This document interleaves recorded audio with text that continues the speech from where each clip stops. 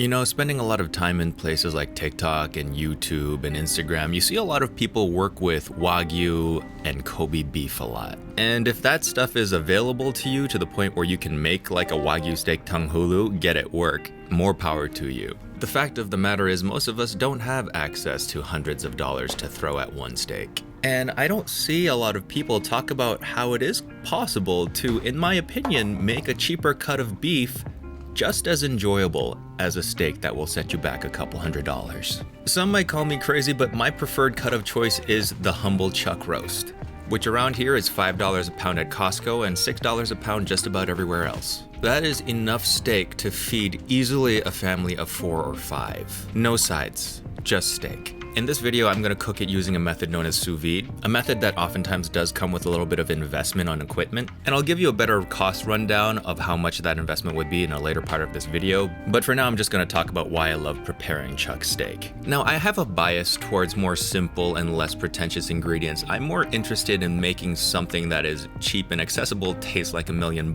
rather than work with an ingredient that is already $1 million. You can see me seasoning these steaks with just some salt and some pepper, doing the clean hand thing, making sure that one hand that touches all my seasonings is not the hand that touches the steaks. And when it comes to steak, especially more expensive cuts of steak, you'll have those people that say salt and pepper is all you need, the purists. And there is nothing wrong with that. If salt and pepper is all you need, good for you. But sometimes salt and pepper is not all I want. And the beauty of chuck steak is that it is very beefy in flavor. Flavorful enough that it can withstand most types of seasoning without losing any of that beefy goodness. So I'm not just hitting this with salt and pepper. I'm gonna hit one of the lobes with Thai red curry and then hit the other one with some smoky honey habanero. Because when you take the price, and by extension a lot of the pretense, away from steaks, you find that you can have a lot of fun with flavoring them otherwise. The downfall of chuck is that even though it is a very flavorful cut of beef, it is very tough compared to some of the steak cuts. To counteract that, we're going to use thyme as our tenderizer. First, I'm going to vacuum seal these cuts of beef using my sealer. You don't need to get a chamber vacuum sealer. You don't even need to get a regular vacuum sealer. You can just toss these steaks into a gallon-sized, freezer-safe Ziplock bag and then carefully submerge that bag with the opening facing outwards into a filled sink full of water. The water will force out all the air from the bag out of the opening, and then you can seal the opening, and that is known as the water displacement method. There are also some companies such as Willing that sell handheld automatic vacuum pumps along with dishwasher safe sous vide bags for under $100. That being said, freezer bag is still your cheapest bet. Great part about using a vacuum sealer though is that you could seal up any of the excess and then put it in the freezer for later. And one of my favorite parts of sous vide is that you can cook meat straight from frozen. You don't have to take any time thawing it. You can just put it straight into the water. My preferred time and temperature for chuck steak is 131 degrees for 24 hours. When you sous vide any steak, you are gonna have some moisture come out of the bag. The important thing is before you sear it, you have to make sure that you pat dry every part of your steak. All steaks coming out of the sous vide bag after they've been cooked look a little meh, but you can see it's very, very tender.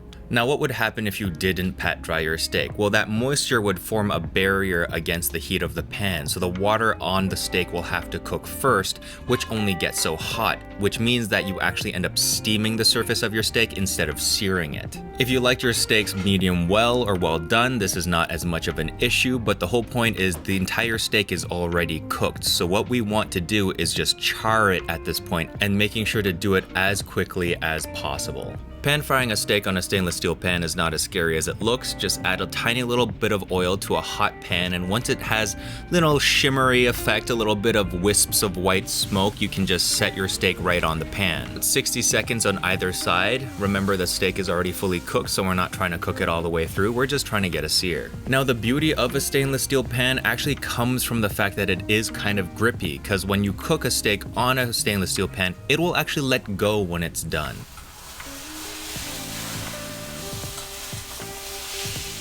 You'll notice that once the chuck gets really tender, parts of it starts to come apart and get a little floopy. Don't worry about that. After you've done the first flip, you can also butter baste your steak. Something that I'm not choosing to do today because chuck steak for us is like a couple of times a month thing, and I am watching my excess calories. Normally, I wouldn't even use oil in the pan to sear it. I would just put it straight in and take it off once it's ready. I just use oil for the demonstration today. Now, a chuck roast is made up of a few smaller lobes of beef. That's why when you cook them low and slow for a long time, the connective tissue that keeps them together tends to break down, so they get a little floopy.